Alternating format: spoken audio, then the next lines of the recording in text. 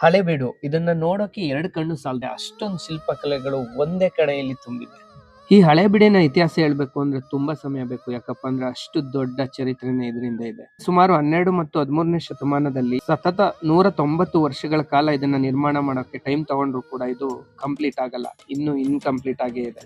ಇದನ್ನ ವಿಷ್ಣುವರ್ಧನನ ಮಂತ್ರಿಯಾದ ಕೇತುಮಲ ಕಟ್ಟಿಸಿದ ಅಂತ ಹೇಳ್ತಾರೆ. ಇದು 14ನೇ ಶತಮಾನದಲ್ಲಿ ಅಲಾವುದ್ದೀನ್ ಖಿಲ್ಜಿ ಮತ್ತು ಮೊಹಮ್ಮದ್ ಬಿನ್ ತುಘಲಕರ ಸತತ 2 ಬಾರಿ ದಾಳಿಗೆ ಒಳಗಾಗಿ ಇದು ನಾಶ ಆಗುತ್ತೆ. ಮುಂಚೆ ಇದಕ್ಕೆ ದೋರ ಸಮುದ್ರ ಅಂತ ಹೆಸರಿತ್ತು. ನಂತರ ಇವರ ದಾಳಿಯಿಂದ ಹಾಳಾದ ಬೀಡಾಗಿ ಇದು ಹಳೇಬೀಡಾಯ್ತು. ಈ ದೇವಾಲಯಗಳ ಗೋಡೆಗಳ ಮೇಲೆ ರಾಮಾಯಣ ಮಹಾಭಾರತ ಕಥೆಗಳು, ಆನೆಗಳು, ಕುದುರೆಗಳು ಮತ್ತು ದೇವತೆಗಳ ಸಂಕೀರ್ಣ ಕೆತ್ತನೆಗಳನ್ನ ನಾವು ಕಾಣಬಹುದಾಗಿದೆ. ಈ ದೇವಾಲಯದ ಒಳಗಡೆ ಅದ್ಭುತವಾದ ಕೆತ್ತನೆಗಳು, ದೇವರ ವಿಗ್ರಹ, ಆ ನಂದಿ, ಇದೆಲ್ಲ ಒಂಥರ ಅದ್ಭುತವಾಗಿದೆ. ಕಲ್ಲಿನ ನೆಲದ ಮೇಲೆ ಕೂತ್ರೆ ಮನಸ್ಸಿಗೆ ಏನೋ ಒಂಥರ ಉಲ್ಲಾಸ. ಈ ದೇವಾಲಯದ ಒಳಗಡೆ ಕೂತು ಒಮ್ಮೆ ಎಲ್ಲನೂ ಆಲೋಚನೆ ಮಾಡಿದಾಗ ಮಿಷಿನ್ಗಳಿಲ್ದಂತ ಆ ಕಾಲದಲ್ಲಿ ಈ ತರ ಕಲ್ಲುಗಳನ್ನ ಒಂದ್ರ ಮೇಲೆ ಒಂದಿಟ್ಟು ಆ ಶಿಲ್ಪಕಲೆಗಳನ್ನ ಇಷ್ಟು ಅದ್ಭುತವಾಗಿ ಕೆತ್ತನೆ ಮಾಡಿ ಇಲ್ಲಿ ಹೇಗೆ ಆರ್ಗನೈಸ್ ಮಾಡಿದ್ರು, ಅದೆಲ್ಲ 1000 ಪ್ರಶ್ನೆಗಳು ಹುಟ್ಟುತ್ತೆ ಇಲ್ಲಿ ಸುತ್ತ ನೋಡ್ತಾ ಇದ್ರೆ.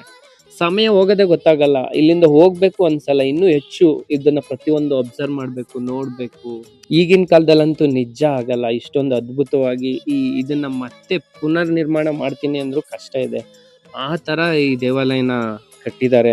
ಯಾರೇ ಆಗ್ಲಿ ಸಾಯಕ್ ಮುಂಚೆ ಒಮ್ಮೆ ಇದನ್ನ ನೋಡ್ಲೇಬೇಕು, ಯಾಕಂದ್ರೆ ಅಷ್ಟೊಂದು ಅತ್ಯದ್ಭುತವಾದ ಒಂದು ಶಿಲ್ಪ ಕಲೆಗಳು ಇಲ್ಲಿ ನಮ್ಗೆ ನೋಡಕ್ ಸಿಗುತ್ತೆ. ಫಾರಿನ್ ಇಂದ ಬರ್ತಾರೆ, ಔಟ್ ಆಫ್ ಸ್ಟೇಟ್ ಗಳಿಂದ ಬರ್ತಾರೆ ಇದನ್ನ ನೋಡಕ್ಕೆ. ಪ್ರತಿಯೊಬ್ರು ಇದನ್ನ ನೋಡ್ಲೇಬೇಕು, ಆ ತರ ಒಂದು ಅತ್ಯದ್ಭುತ ತಾಣ ಇದು ಅಂತ ಹೇಳ್ಬೋದು.